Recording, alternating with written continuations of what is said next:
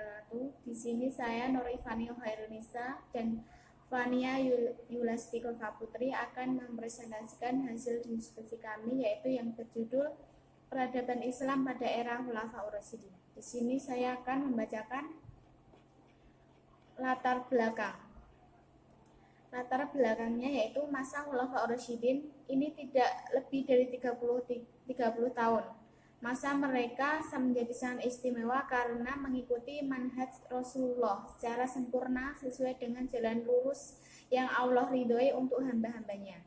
Dengan demikian, masa ini dianggap sebagai gambaran paling tepat bagi pelaksanaan hukum Islam dan pemerintahan Islam. Tentu saja gambaran cara pemerintahan itu mereka wajib dijadikan sebagai contoh teladan bagi setiap penguasa yang menginginkan kebahagiaan dunia dan akhirat. Juga bagi yang menginginkan kebaikan untuk rakyatnya. Pemimpin memiliki kedudukan yang sangat penting dalam kelompok berbangsa, bernegara, dan bermasyarakat. Suatu komunitas masyarakat, bangsa, dan negara tidak akan maju, aman, dan terarah jika tidak adanya pemimpin. Maka, pemimpin menjadi kunci keberhasilan dalam suatu komunitas masyarakat. Pemimpin yang mampu memberikan rasa aman, tentram, mampu mewujudkan keinginan rakyatnya, maka dianggap sebagai pemimpin yang sukses.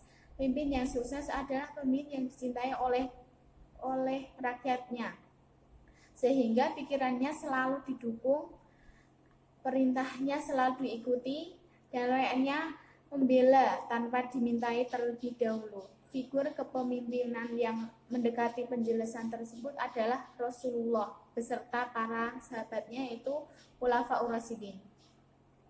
Wafatnya Nabi Muhammad sebagai pemimpin agama maupun negara memisahkan persoalan pelik. Nabi tidak meninggalkan wasiat kepada seorang pun sebagai penerusnya. Akibatnya para sahabat mempersalahkan dan saling berusaha untuk mengajukan calon pilihan dari kelompoknya. Ahmad Amin mencatat sedikitnya ada 3 kelompok yang berkeinginan menjadi penerus Nabi, yaitu 1. Kelompok atau golongan mencalonkan Ali bin Abi Thalib, dikarenakan yang paling berhak adalah para ahli bait Rasulullah sendiri. Yang kedua itu kelompok Ansor mencalonkan Sa'ad bin Ubadah, dikarenakan golongan Ansor merupakan golongan penolong Nabi yang teraniaya di Mekah dan beliau pun meninggal dalam keadaan puas terhadap Ansor. Kelompok yang ketiga yaitu kelompok atau golongan kaum Muhajirin dan mencalonkan Abu Bakar As-Siddiq, dikarenakan kaum Muhajirin merupakan kaum yang pertama mempercayai ajaran Nabi dan selalu menemani beliau dalam suka maupun duka. Perselisihan tersebut berdampak tertundanya pemakaman Nabi SAW serta terjadinya peristiwa Saqifah di mana Abu Bakar dibaiat sebagai penerus Nabi. Masa Khulafaur Rasyidin merupakan nama keemasan zaman ideal di mana pemerintahan dijalankan seperti halnya pemerintahan Nabi. Indikator yang dapat dilihat adalah pembentukan dengan suara rakyat. Yang kedua, pemerintahan dijalankan dengan musyawarah.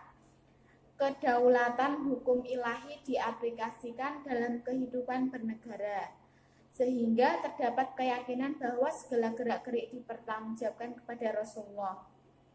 Kekuasaan negara tidak didominasi oleh satu kelompok ataupun golongan. Selain mampu menciptakan tatanan pemerintahan yang ideal, masa Khulafaur Rasyidin terkenal dengan kemampuannya mengalahkan 2 imperium besar sebelumnya, yaitu Persia dan Roma. Masing-masing khalifah memiliki kekhasan dalam pemerintahan umat Islam. Selanjutnya saya akan menjelaskan rumusan masalah, yaitu jelaskan pengertian Khulafaur Rasyidin, bagaimana peradaban Islam pada masa Abu Bakar, Umar bin Khattab, Utsman bin Affan, dan Ali bin Abi Thalib. Tujuannya itu agar dapat memahami pengertian Khulafaur Rasyidin, agar dapat memahami peradaban Islam pada masa Abu Bakar As-Siddiq, Umar bin Khattab, Utsman bin Affan, dan Ali bin Abi Thalib. Bab 2 pembahasan akan dibacakan oleh Saudari Fania. Terima kasih. Bismillahirrahmanirrahim. Assalamualaikum warahmatullahi wabarakatuh. Di sini saya akan menyampaikan hasil presentasi saya dan teman saya Nur Ifani dengan judul Khulafaur Rasyidin.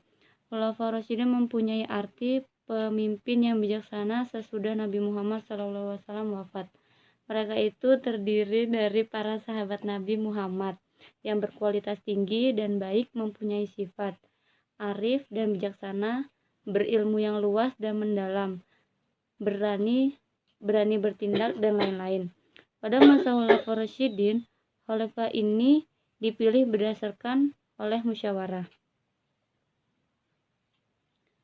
Pada Khalifah Abu Bakar As-Siddiq merupakan awal terbentuknya pemerintahan model khalifah dalam sejarah Islam yang berpusat di Madinah. Sepeninggal Abu Bakar, Umar bin Khattab menjadi kepercayaan sebagai khalifah kedua. Tampilnya Umar sebagai khalifah kedua tidak melalui pemilihan dalam satu forum musyawarah terbuka, tetapi melalui penunjukan atau wasiat oleh pendahuluan. Selanjutnya, setelah Umar bin Khattab wafat, digantikan oleh Utsman bin Affan. Setelah Utsman bin Affan dibunuh oleh pemberontak, Ali bin Abi Thalib diangkat menjadi khalifah melalui pemilihan. Tetapi proses pemilihan ini menurut Munawir Syahzali jauh dari sempurna.